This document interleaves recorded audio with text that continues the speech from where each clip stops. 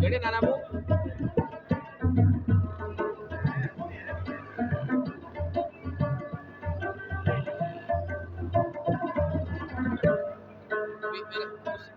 कितना सीगा मेरा बिल 20,000 सीगा ना।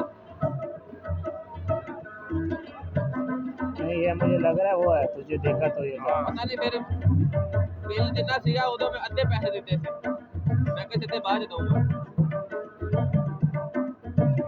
हाँ अद्धे दिते थे ना, मेनू याद है अद्धे दिते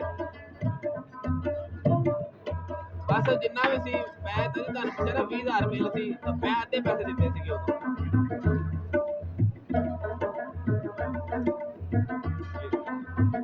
ठीक है आवाज ही ना कराओ गाल।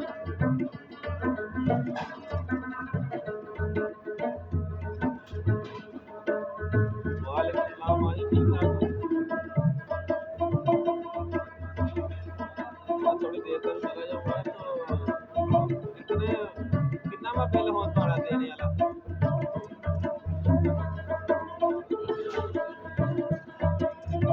जिससे आओ नाना पर मैं दस दिता वा ते मैनू ते याद सी मेरे ख्याल नाल 20,000 से 10,000 दिता सी 10,000 दिता वा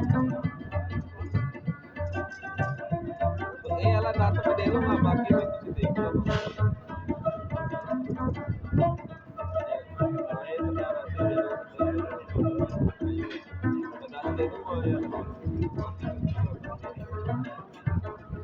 हाँ मैं तेन ये आ गया जी, सब कुछ बता के आया हूँ, सोच रहा है कि हम पैसे जमा करवाने हैं।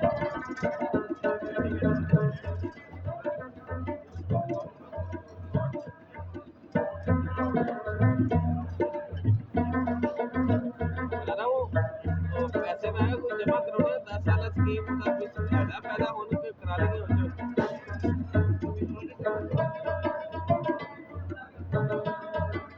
तो अगर अपनी दान के करावा तो कोई हैगा बेनिफिट होता।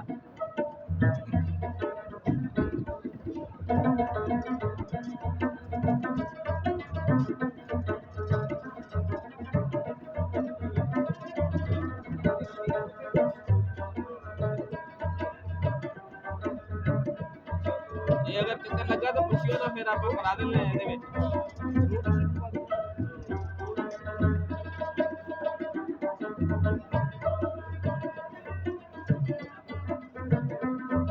हाँ जी कोई देख लियो ना हिसाब किताब तो फिर दसियो, फिर मैं पैसे फॉर्म शाम फिल करा रखा पैसे ले आओ जमा करा देता।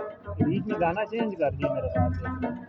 वही है वही बचा रहा कि देखो जाओगे ना तो हिसाब किताब आया नहीं है लेटेस्ट की चल रहा है ते फिर मैं दसियो कहूंगा तो तेरा फायदा हैगा तो फिर 10 साल की पैसे जमा करा दांगे थोड़े जी। वो इस्लामी काले दे ਵਿੱਚ नहीं ना पै सकदे, ਜਿਹੜਾ ਇੱਕ ਦੂਸਰਾ ਸੀਗਾ ਜੀ ਜਮਾ ਕਰਾਇਆ ਸੀ ਜਿਹੜਾ ਥੋੜੇ ਟਾਈਮ ਤੇ ਓਪਨ ਹੋਇਆ ਸੀ, ਉਹ ਦੁਬਾਰਾ ਓਪਨ ਹੋ ਗਿਆ ਜੋ ਪੈਸੇ ਪਾ ਸਕਦੇ ਹੋ ਉਹਦਾ ਤਾਂ ਰੇਟ ਉਹ ਹੀ ਮਿਲ ਰਿਹਾ ਹੁਣ ਤੁਹਾਨੂੰ।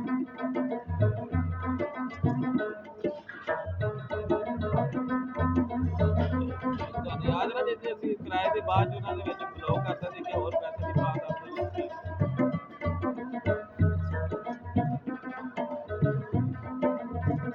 ਉਹਦਾ ਵੀ ਪੁੱਛ ਲਈਏ ਉਹਦਾ ਹੁਣ ਕੀ ਹਿਸਾਬ ਆ, ਪੁੱਛੋ ਜੀ ਵਾਲਾ ਵੀ ਕੋਈ 10 ਸਾਲਾਂ ਸਕੀਮ ਦੇ ਬਾਅਦ ਜਮਾ ਕਰਾਉਣੇ ਉਹਦਾ ਪੁੱਛ ਲਈਏ ਤਾਂ